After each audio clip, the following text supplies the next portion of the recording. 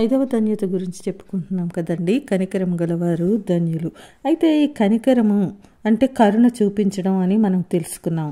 అంటే అవసరంలో ఉన్నవారి పట్ల దయ కలిగి ఉండడం అనే ఒక నైతిక లక్షణము. ఇక్కడ అలెగ్జాండర్ ది గ్రేట్ ఒక ప్రపంచ ప్రఖ్యాతిగాంచిన వీరుడు. ఇతని సైన్యంలో నుండి ఒక సైనికుడు పారిపోతాడు. మరలా కొన్ని రోజులకు ఆ సైనికుడు వారికి పట్టుబడడం జరుగుతుంది.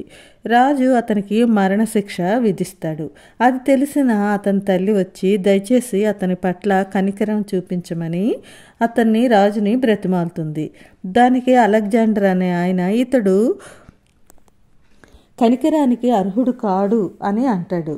అందుకు ఆ తల్లి అతడు కనికరానికి అర్హుడైతే అది కనికరం అవ్వదని చెప్తుంది.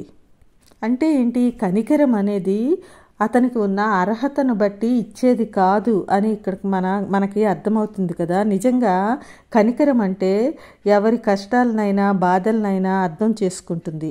వారి బాధను తన బాధగా అనుభవిస్తుంది. ఆ బాధను పోగొట్టడానికి కావలసిన ప్రయత్నం చేస్తుంది.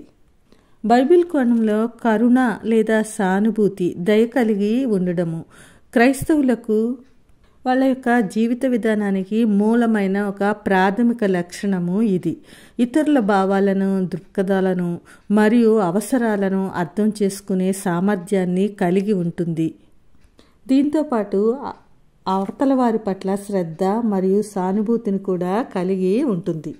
దేవుని యొక్క కనికరం ఎలా ఉంటుందో మీకా గ్రంథము 7:18 చూసుకుంటే, తన స్వాస్థ్యంలో శేషించిన వారి దోషమును పరిహరించి వారు చేసిన అతిక్రమల విషయమై వారిని క్షమించు దేవుడవైన నీతో సముడైన దేవుడున్నాడా? ఆయన కనికరము చూపుటయందు సంతోషించువాడు కనుక నిరంతరము కోపముంచడు. దేవునిలాగే మనం కూడా అలా కరుణ కలిగి ఉండాలని ఆయన ఉద్దేశము. ఆయన గుణలక్షణాల్లో ఒకటైన ఈ కనికరాన్ని మనం కలిగి ఉండాలి.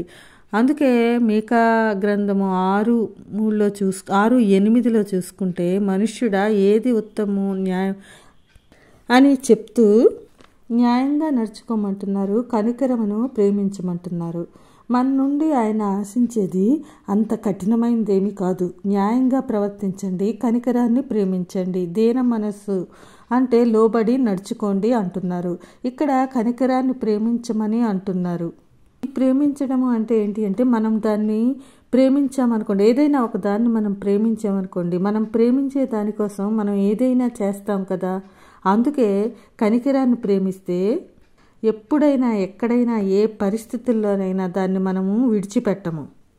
అందుకే మనల్ని ప్రేమించి మనపై కనికరం చూపించి మన పాపాలను క్షమించిన కనికరం గల ఆయనలాగే మనం కూడా ఉండాలన్నది ఆయన యొక్క అభిమతం. అందుకే లూకాసువార్త 6:36 అంటారు, మీ తండ్రి కనికరం గలవాడు కనుక మీరును కనికరం కలిగి ఉండమని అంటారు.